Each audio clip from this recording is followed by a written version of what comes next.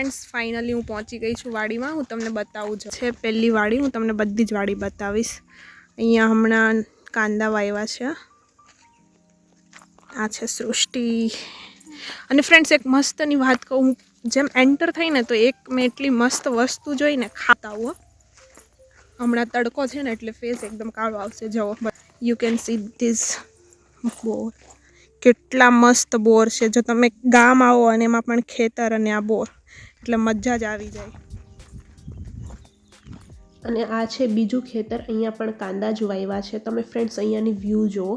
અને અહીંયા હમણાં મજૂર લોકો કામ કરી રહ્યા હતા અને તેમનું આ ક્યુટી પણ વિડીયો તરફ જોઈ રહ્યું હતું. અને અહીંયાનું વાતાવરણ તો એટલું મસ્ત લાગી રહ્યું હતું ને ફ્રેન્ડ, બહુ જ મસ્ત. અને અમે જે કામ કરવા માટે આવ્યા હતા તે આ હતું કે શાકભાજી લેવા માટે આવ્યા હતા. અહીંયા ઘણા બધા શાકભાજી હતા, લાઈક વાલોળ, રીંગણા, મરચાં. અને આ જે ઘર છે તે અહીંયા જે લોકો કામ કરે તેમના માટે બનાવેલું હતું. અને અહીંયા બધી સુવિધા હતી, ટોટલી વસ્તુ હોય અહીંયા. અને એક વખત તો ખેતર આવીએ ને ફ્રેન્ડ્સ તો ઘરે જવાનું જરાય પણ મન ન થાય. એમ થાય કે અહીંયા જ રહીએ, બહુ જ મજા આવે. આવી જાઓ તમે પણ ફ્રેન્ડ્સ શાકભાજી લેવા માટે, પ્લસ ગામડાની મજા.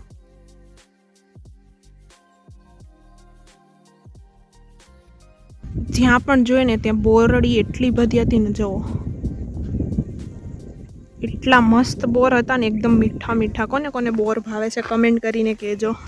સૃષ્ટિ, કેવી મજા આવી વાડી આવીને? બહુ જ મજા આવી ને બોર ખાવાની?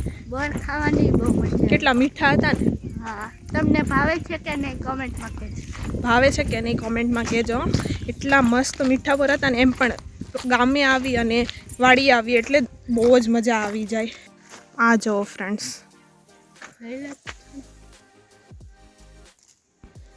હવે આપણે લાસ્ટ ખેતર છે ત્યાં જવાનું છે. તો અહીંયા જો ઘર છે ને ત્યાં જવાનું છે, ત્યાં લાસ્ટ છે ને અહીંયાથી રસ્તો છે. તો આપણે ધીરે ધીરે પહોંચી જઈએ ખેતરમાં અને બધાના ખેતર જોતા જઈએ શું શું વાવેલું છે. બહુ જ મસ્ત લાગતું હતું. જ્યાં પણ નજર નાખો ને ત્યાં ગ્રીન ગ્રીન ગ્રીન. અને આ હતું લાસ્ટ ખેતર, જે અહીંયાથી લઈને ત્યાં સુધી છે. એકદમ એલ આકારમાં બહુ જ લાંબુ છે. બધામાં ચણા જ વાવ્યા છે. એટલા મસ્ત લાગતા હતા ને ફ્રેન્ડ્સ. આમ તમે જોવો ને નજીકથી, ફોનમાં તમે જોવો છો એના કરતાં જો તમે રિયલમાં જોતા હોય ને તો બહુ જ મસ્ત લાગે.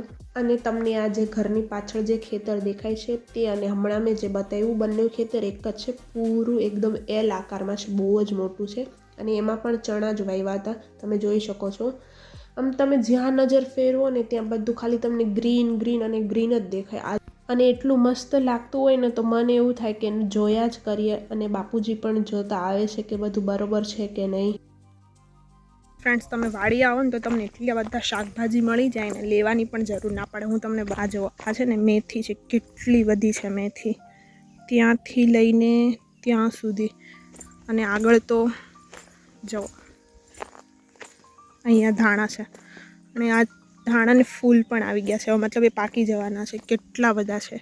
અને લાસ્ટમાં મૂળા પણ વાવેલા છે. બાપુજી કે તમારે જોતા હોય તો લઈ આવજો.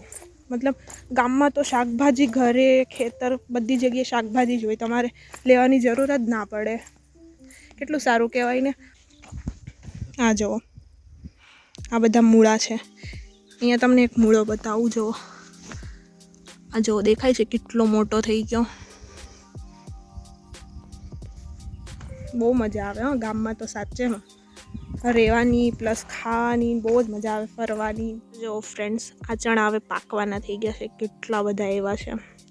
જો કેટલા મસ્ત લાગે, એકદમ મીઠા મીઠા લાગે જ્યારે કાચા હોય ને ત્યારે.